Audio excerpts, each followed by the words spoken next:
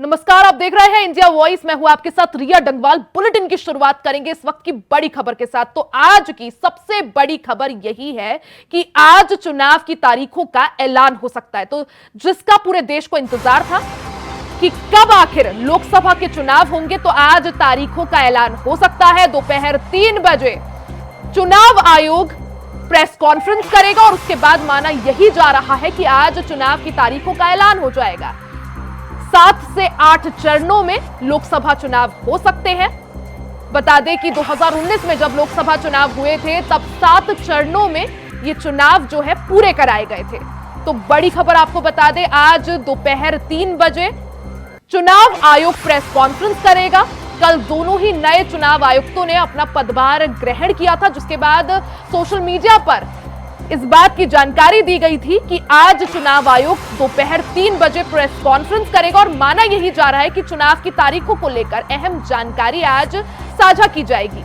तारीखों का ऐलान किया जा सकता है। तो लोकसभा चुनाव जहां सर पर है, अब कुछ ही वक्त का और इंतजार है और तारीखों का ऐलान हो जाएगा। कुछ ही घंटों का और इंतजार, और इसके बाद ये तस्वीर साफ हो जाएगी कि आखिर कब से कब तक लोकसभा चुनाव किए जाएंगे। तो 7 से 8 चरणों में ये चुनाव हो सकते हैं, क्योंकि पूरे देश भर में अलग अलग चरणों में ये चुनाव होते हैं। उत्तर प्रदेश में 80 लोकसभा सीटें हैं और 7 चरणों में कुछ सीटों में चुनाव किए गए थे। ग्राफिक्स के माध्यम से आपको 2019 चुनाव का एक बार इतिहास समझा दें। कांग्रेस को 52 सीटें। तो 2019 का इतिहास हम आपको समझा रहे हैं, किस तरह से किस पार्टी को कितनी सीटें 2019 लोकसभा चुनाव में मिली थी। टीएमसी को 22 सीटें मिली थी, साथ ही शिवसेना को 18 लोकसभा सीटें मिली थी, जेडीयू को 16 सीटें। हालांकि अब जो है बीजेडी को 12 सीटें। 2019 लोकसभा चुनाव का इतिहास हम आपको बता रहे हैं, किस तरह से किस पार्टी को कितनी सीटें मिली थी। बीएसपी यानी मायावती की जो पार्टी है 10 सीटें, टीआरएस 9 सीटें। कुल वोटर आपको बता दें 96 करोड़ अब की बार कुल वोटर हैं, जिनमें पुरुष वोटरों की संख्या 50 करोड़ के करीब है, वहीं महिला वोटरों की संख्या 47 करोड़ के करीब है। यानी महिला हो चाहे पुरुष, दोनों का योगदान बिल्कुल बराबर का यहां पर दिखाई दे रहा है। 20 से 29 साल के वोटर 19 करोड़ है, माफी चाहूंगी। साथ ही आपको बता दें 2024 के चुनावी मुद्दे आखिर क्या क्या होंगे। सीएए बड़ा मुद्दा है, राम मंदिर बड़ा मुद्दा है, और कहीं ना कहीं भारतीय जनता पार्टी इन मुद्दों का पूरी तरह से एक तरह से इस्तेमाल करना चाहेगी। धारा 370, क्योंकि 2019 में आते ही धारा 370 लगा दी गई थी। परिवारवाद एक बड़ा मुद्दा है जो लगातार नरेंद्र मोदी उठाते रहे हैं। मुफ्त अनाज बड़ा मुद्दा है, भ्रष्टाचार बड़ा मुद्दा है।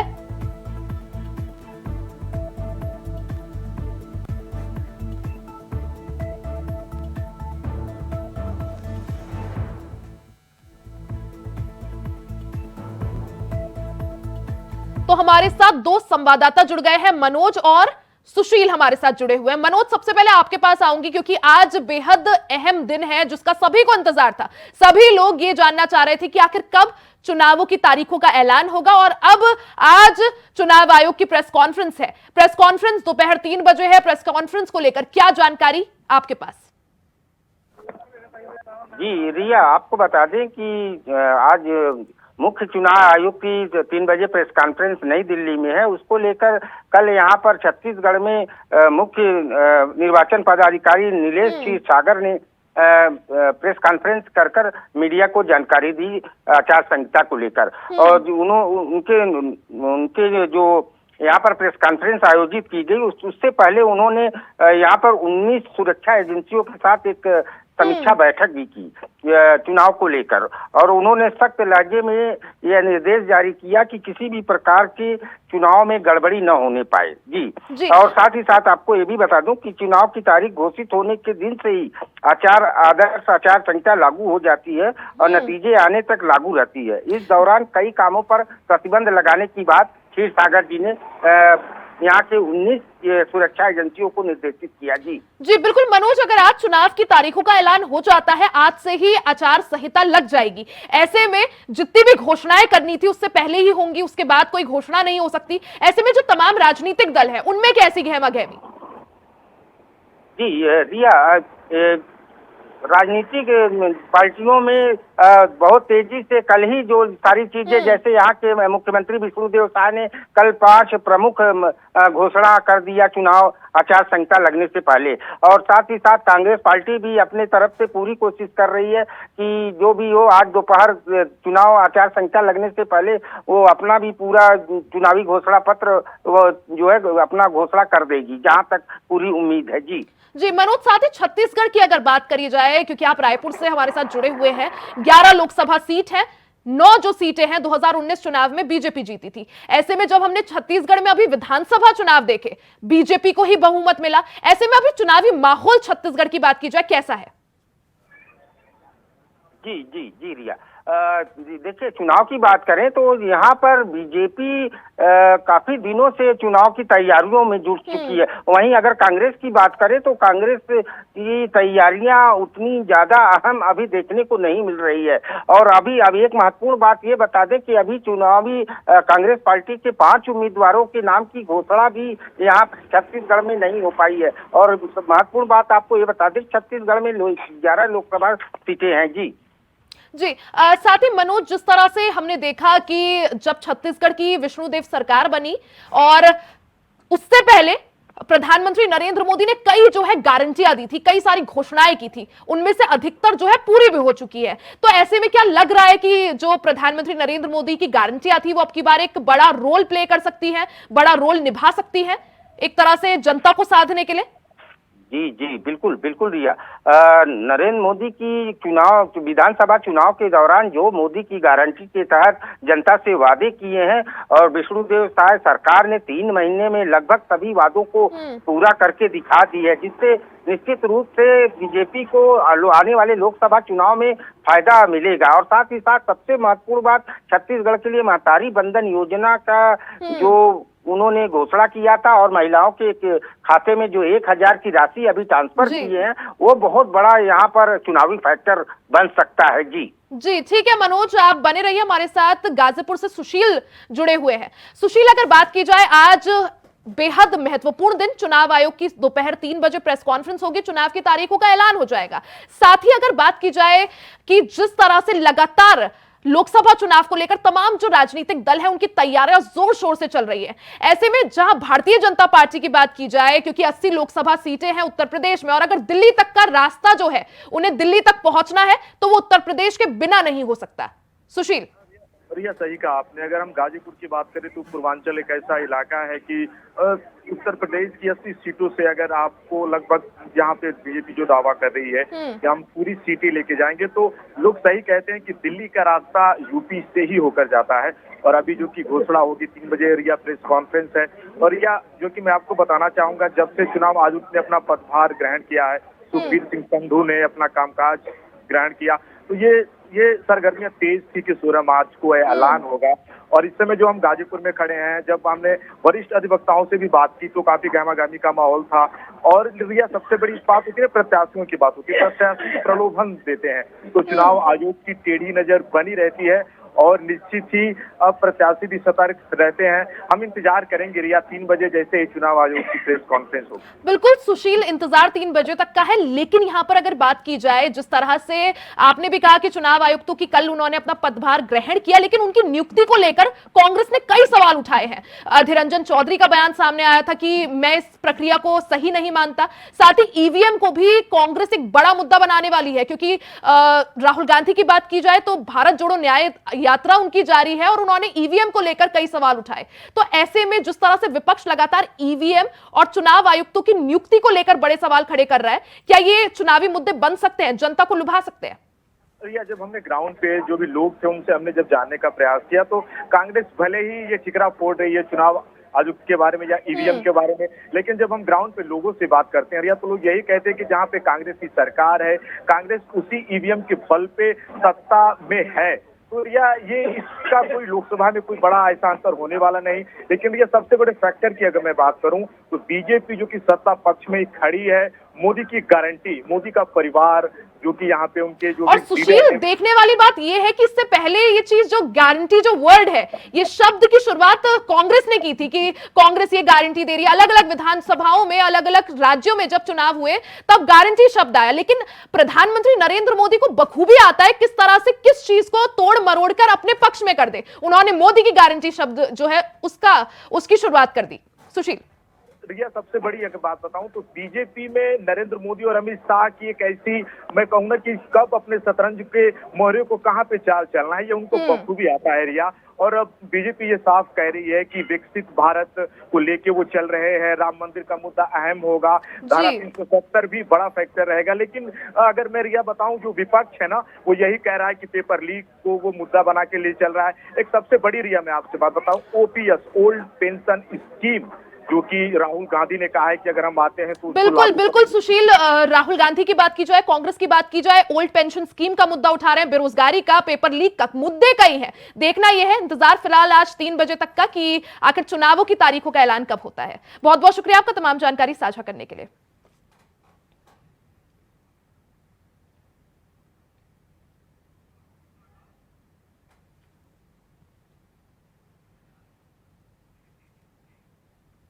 तो मैनपुरी से आपको बड़ी खबर बता दें, सीए पर बोली सपा सांसद डिंपल यादव। तो सीए पर सपा सांसद डिंपल यादव का बयान सामने आया है। सीए अच्छा कानून, हम जानते हैं इससे नागरिकता मिलेगी। गृह मंत्री पहले भी इस पर काफी कुछ बोल चुके हैं, ऐसा डिंपल यादव का कहना है। सरकार को जरूरी मुद्दों पर ध्यान देने की जरूरत है। देश में पहले से कई मुद्दों पर जिन पर सरकार का ध्यान जाना चाहिए। तो सीए पर लगातार हम देख रहे थे किस तरह से सियासत गरमाई हुई है। अब समाजवादी पार्टी की सांसद डिंपल यादव का बड़ा बयान सीए पर सामने आया है, जिसमें वो कह रही हैं कि सीए का मैं समर्थन करती हूं, लेकिन हालांकि देश में कई ऐसे मुद्दे हैं पहले से जिन पर अभी फिलहाल सरकार को फोकस करना चाहिए। को लेकर क्या कहती है आप? समझिए, चुनाव का माहौल है और जनता के पास हम लोगों को समझाने के और बताने के बहुत सारे मुद्दे हैं। चाहे वो महंगाई का मुद्दा हो, चाहे वो किसानों का मुद्दा हो, एमएसपी का मुद्दा हो, चाहे वो युवाओं की रोजगार का मुद्दा हो, चाहे वो महिलाओं की सुरक्षा का मुद्दा हो। तो सीए जैसे जो ये इस जो लागू किया गया एकदम एंड मौके पे, तो जनता समझ रही है कि ये चुनाव से डिफ्लेक्ट करने के लिए या लोगों का ध्यान हटाने के लिए मेन मुद्दों से इसीलिए सीए का मुद्दा है। नागरिकता देने का ये कानून है, बहुत अच्छा है और अमित शाह जी ऑलरेडी इस पे पहले बोल चुके हैं, बहुत ज्ञान दे चुके हैं और मुझे लगता है कि अब लोगों को एक ज्ञान प्राप्त हो चुका है। अब चुनाव का सीजन है, अब चुनाव में जो मूलभूत जो मुद्दे हैं अब उन पे ध्यान देने। ठीक है, खबर पर ज्यादा जानकारी के लिए हमारे साथ संवाददाता मुकेश जुड़ चुके हैं। मुकेश, अगर बात की जाए सीए को लेकर, लगातार हम देख रहे हैं बीते कई दिनों से जो है सियासत गरमाई हुई है। वहीं सीए को लेकर अब सपा सांसद डिंपल यादव का बयान सामने आ गया है, जिसमें वो कह रही है कि सीए अच्छा कानून है। गृह मंत्री अमित शाह पहले से कई ज्यादा इस पर जो है फैक्ट्स बता चुके हैं, लेकिन जनता को कहीं ना कहीं भटकाया जा रहा है। मुद्दे जो असल मुद्दे हैं उनसे भटकाया जा रहा है। एक तरह से जिस तरह से इंडिया गठबंधन लगातार सीए को लेकर कई सवाल उठा रहा है, वहीं डिंपल यादव का यह कहना कि सीए ठीक कानून है, अच्छा कानून है। क्या किस तरह से इस बयान को देखा जाए? जी हाँ रिया जी, मैं आपको बता दूं, मैनपुरी के एक दन्नाहर थाना क्षेत्र में एक गांव शादी समारोह में डिंपल यादव जी पहुंची थी। वहां मीडिया कर्मियों से बात करते हुए उन्होंने हालांकि अमित शाह का जो कानून ये लागू किया गया उसको अच्छा बताया, मगर उन्होंने उसके बाद तुरंत ही कहा है कि और भी जो मूल मुद्दे हैं जैसे बेरोजगारी है, महंगाई है, इन पर सरकार को ध्यान भटकाने के लिए जो सीए कानून लागू किया गया है, बिल्कुल ये इस पर जो युवा हैं और जो अन्य लोग हैं इस पर बिल्कुल नाराज हैं और विरोध प्रदर्शन भी कई जगह किए जा रहे हैं। मगर डिंपल यादव ने इस मुद्दे को लोकसभा चुनाव में भारतीय जनता पार्टी को वोट बैंक बटोरने की एक नई चाल भी बताई गई है। जी, साथ ही मुकेश, जिस तरह से लगातार सीए को लेकर बीजेपी विपक्ष पर यह आरोप लगा रही है, खासकर कांग्रेस पर, कि एक तरह से भ्रम फैलाया जा रहा है, गलत बातें बताई जा रही कि नागरिकता ले ली जाएगी। ऐसे में डिंपल यादव का यह मानना कि सीए जो है अच्छा कानून है, हालांकि उन्होंने ये जरूर बोला बाद में कि असल मुद्दों से भटकाया जा रहा है, इसको किस तरह से देखा जाए? जी बिल्कुल, राजनीति का स्टंट है और राजनीतिक स्टंट में जिस तरीके को उन्होंने जैसे पहले अच्छा बताया, उसके बाद आपने सुना तुरंत काल उन्होंने बताया है कि ये जो मूल मुद्दे हैं, बेरोजगारी, महंगाई है, और अभी हाल ही में जो डीजल पेट्रोल के दाम कम किए हैं, वो कह रही है जनता के पहले 100 रुपए बढ़ाए जाते हैं, 50 रुपए बढ़ाती है सरकार, 2 रुपए कम कर रही है। ये भी बिल्कुल गलत है। और जो लोकसभा चुनाव है, जिन मूल मुद्दे हैं जो जनता को जिनको जोड़ने चाहिए, और जो भर्तियां हैं, जिस तरीके के जो मूल मुद्दे चल रहे हैं, उनसे भारतीय जनता पार्टी अन्य दलों को भटका रही है और लोगों को भी भ्रमित करने का काम कर रही है। साथ ही मुकेश, जिस तरह से लोकसभा चुनाव बेहद नजदीक है, आज तारीखों का ऐलान हो सकता है, ऐसे में समाजवादी पार्टी की बात की जाए, किस तरह से क्या कुछ मुद्दे लेकर जनता के बीच पहुंच रहे हैं? क्योंकि जैसे ही चुनाव की तारीखों का ऐलान होगा, आचार संहिता लग जाएगी, उसके बाद जो है घोषणाएं नहीं हो सकती।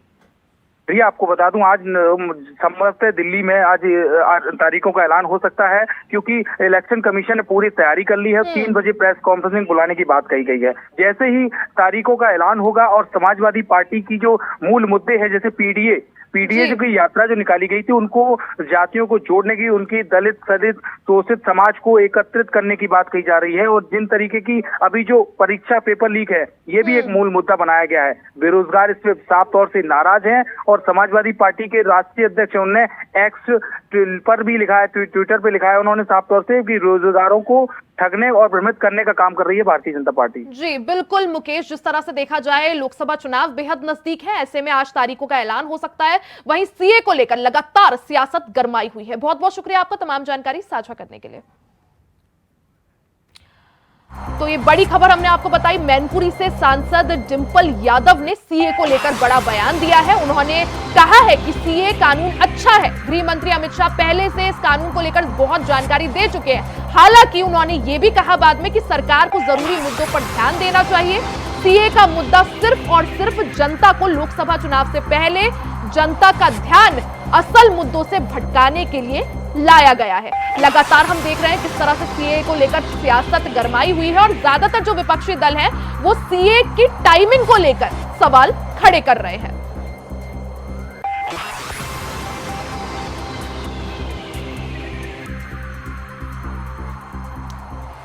तो लगातार तमाम विपक्षी दल सीए की टाइमिंग को लेकर कई सारे सवाल खड़े कर रहे हैं, क्योंकि ये जो कानून है 2019 में पास हो गया था। हालांकि इसका नोटिफिकेशन अब जारी हुआ है।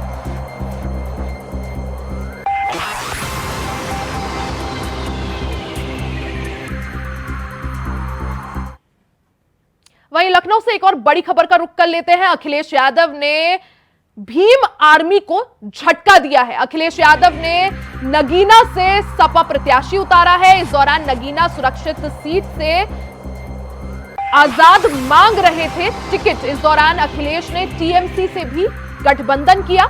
इसकी जानकारी जो है, जबकि इंडिया गठबंधन में नहीं है टीएमसी। सपा ने बदोही सीट से टीएमसी को बदोही सीट दे दी है। टीएमसी से दोस्ती करके अखिलेश का क्या संदेश? तो बड़ी खबर आपको बता रहे हैं, नगीना सुरक्षित सीट से समाजवादी पार्टी ने अपना उम्मीदवार उतारा है। साथ ही अखिलेश ने टीएमसी को बदोही सीट दे दी है। बता दें कि टीएमसी इंडिया गठबंधन का हिस्सा नहीं है और ऐसे में बदोही से कांग्रेस ने भी अपना उम्मीदवार उतारा है। सपा ने बदोही सीट जो है टीएमसी को दे दी है।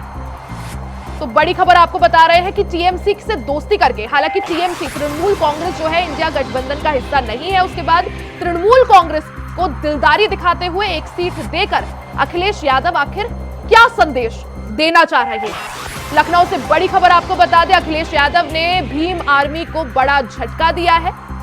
इस दौरान अखिलेश यादव ने नगीना से अपना प्रत्याशी घोषित किया है।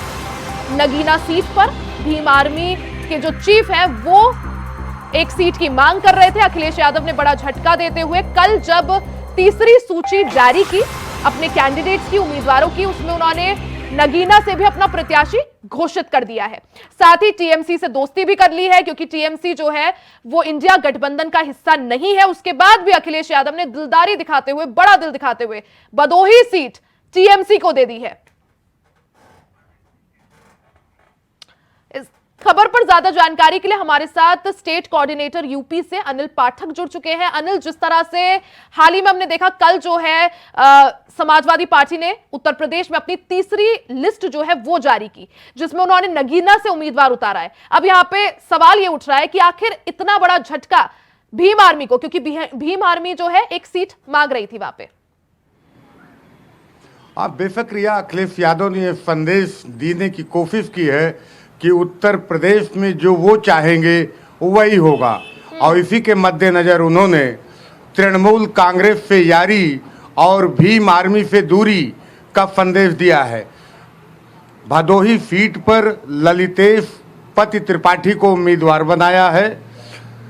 ये कमलापति त्रिपाठी के प्रपौत्र हैं और तृणमूल कांग्रेस के नेता हैं। पहले ये कांग्रेस के नेता थे, कांग्रेस छोड़ करके तृणमूल कांग्रेस में शामिल हुए थे। ये उम्मीद नहीं थी, कतई उम्मीद नहीं थी कि कांग्रेस का गठबंधन पश्चिम बंगाल में तृणमूल कांग्रेस से नहीं हुआ है।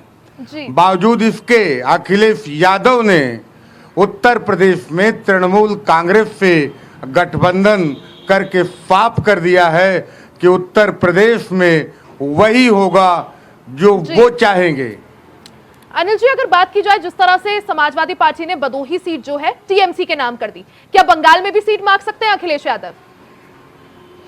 हाँ, बेशक हो सकता है, क्योंकि उनकी तृणमूल कांग्रेस से यारी हो चुकी है। लेकिन इस तरह का कोई चांस नहीं है।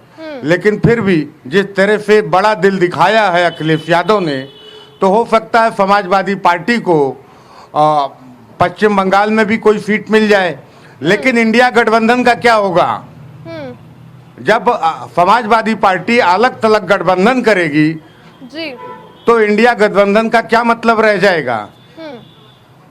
अनिल जी, जिस तरह से टीएमसी जो है इंडिया गठबंधन का हिस्सा नहीं है, उसके बाद भी इस तरह से बड़ा दिल दिखाते हुए एक सीट जो है भदोही की सीट वो टीएमसी को दे देना, आखिर संदेश क्या और क्या मायने निकाले जाए? संदेश साफ है रिया, संदेश साफ है। अखिलेश यादव जो है ये 24 के चुनाव में 27 का गणित सेट कर रहे हैं, और ये दिखाने की पूरी तैयारी है कि उत्तर प्रदेश में अगर भाजपा के मुकाबले अगर कोई पार्टी है तो वो समाजवादी पार्टी है और अखिलेश यादव हैं। जिस तरह से भीम आर्मी को किनारे किया गया है और पीडीए की बात की जाती है, तो संदेश साफ है, मैसेज साफ है। 24 में 27 का फार्मूला सेट करने की तैयारी है रिया। जी बिल्कुल अनिल, जब हमने ये भी देखा था सीट शेयरिंग को लेकर उत्तर प्रदेश में समाजवादी पार्टी और कांग्रेस के बीच जब चीजें सेट हो गई थी, उसके बाद ये भी देखने को मिला था कि जो बात आपने भी कही कि समाजवादी पार्टी साफ कर चुकी है कि भारतीय जनता पार्टी के बाद अगर उत्तर प्रदेश में कुछ है तो वो सपा है। ऐसे में अगर बात ये भी की जाएगी अनिल जी, जिस तरह से अगर दिल्ली तक पहुंचना है तो उसका रास्ता जो है उत्तर प्रदेश से ही निकलता है। ऐसे में उत्तर प्रदेश काफी ज्यादा अहम और महत्वपूर्ण हो जाता है। यहाँ पे मुद्दों की बात की जाए तो पीडीए, जोर शोर से पीडीए का मुद्दा जो है समाजवादी पार्टी उठा रही है। अनिल, हाँ बेशक रिया, जिस तरह से मैंने पहले भी कहा कि समाजवादी पार्टी 24 में 27 का फार्मूला सेट करते हुए नजर आ रही है। अखिलेश यादव ये देख रहे हैं, क्योंकि उनके लिए महत्वपूर्ण जो है वो उत्तर प्रदेश में मुख्यमंत्री की कुर्सी है। मुख्यमंत्री का जो विधानसभा चुनाव है वो 27 में होना है, तो इसलिए वो फार्मूला 27 का सेट कर रहे हैं। अभी आपको याद होगा जब बसपा से कांग्रेस गठबंधन की बात हो रही थी तो सबसे ज्यादा विरोध जो है अंदर अंदर वो समाजवादी पार्टी की तरफ से हुआ था। तो जाहिर सी बात है कि समाजवादी पार्टी ये प्रदर्शन करना चाहती है कि उत्तर प्रदेश में बगैर अखिलेश यादव के विपक्ष में कुछ भी संभव नहीं है। ये मैसेज देने का लगातार प्रयास किया जा रहा है। कांग्रेस जो है वो बैकफुट पर है। हालांकि 17 सीटें दे करके समाजवादी पार्टी ने कांग्रेस को मैनेज करने की कोशिश की है, लेकिन जिस भूमिका में जी बिल्कुल अनिल, यही देखने को मिल रहा है कि समाजवादी पार्टी जिस तरह से फ्रंट फुट पर होकर खेल रही है, हालांकि इंडिया गठबंधन के लिए थोड़ी मुश्किलें पैदा कर सकता है। बहुत बहुत शुक्रिया आपका तमाम जानकारी साझा करने के लिए।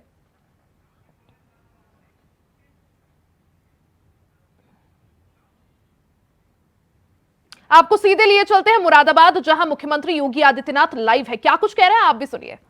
दक्षता में सफलतापूर्वक आगे बढ़ने वाले 8,000 से अधिक पुलिस उप निरीक्षक और platoon commander Uttar Pradesh police बल को प्राप्त होंगे, जो प्रदेश की कानून व्यवस्था और सुरक्षा की स्थिति को और बेहतर बनाने में महत्वपूर्ण भूमिका का निर्वहन करने वाले हैं। मैं इन सब के लिए, जिन्होंने सफलतापूर्वक अपना प्रशिक्षण प्राप्त किया है, उन सभी प्रशिक्षुओं, उनके अभिभावकों को हृदय से बधाई देता हूं। इसी के साथ इस बुलेटिन में फिलहाल के लिए सिर्फ इतना ही। खबरों का सिलसिला आगे भी जारी रहेगा, बने रहे हमारे साथ।